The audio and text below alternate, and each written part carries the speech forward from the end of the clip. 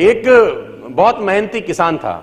वो बहुत मेहनत से अपने खेत की रक्षा करता था, बीज बोता था, फसल उगाता था, उसको काटता था और पैसे कमाता था। बड़ा ईमानदार था अपने काम के अंदर।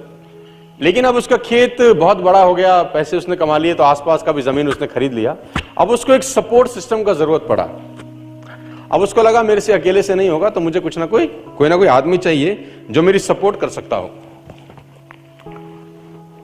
तो उसने इंटरव्यू लिया 2-4 लोगों का कि यार क्या तुम मेरे खेत में मेरी सपोर्ट करोगे, ये तुम्हारा सैलरी है।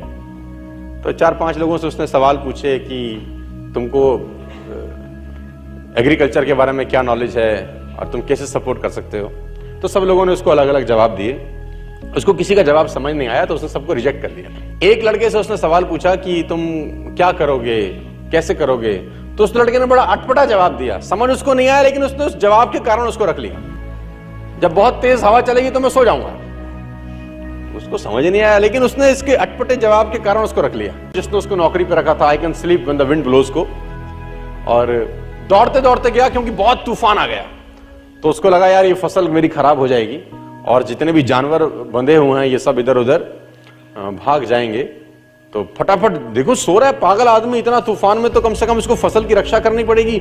ऊपर कुछ डाले, कुछ करे, जानवरों को पकड़े, ये देखे। और वो अंदर गया तो वो आराम से मस्त सो रहा था। उसने बोला उठ, तेरे को पता नहीं कि तेरी नौकरी क्या है। उसने बोला मैंने तो कहा ही था, I can sleep when the wind blows. उसने कहा ये पागल बेवकूफ आदमी है, कहां मेरे पल्ले पड़ गया है, मैं खुद ही करता हूं, तो जब तक जागेगा तब तक काम हो जाएगा।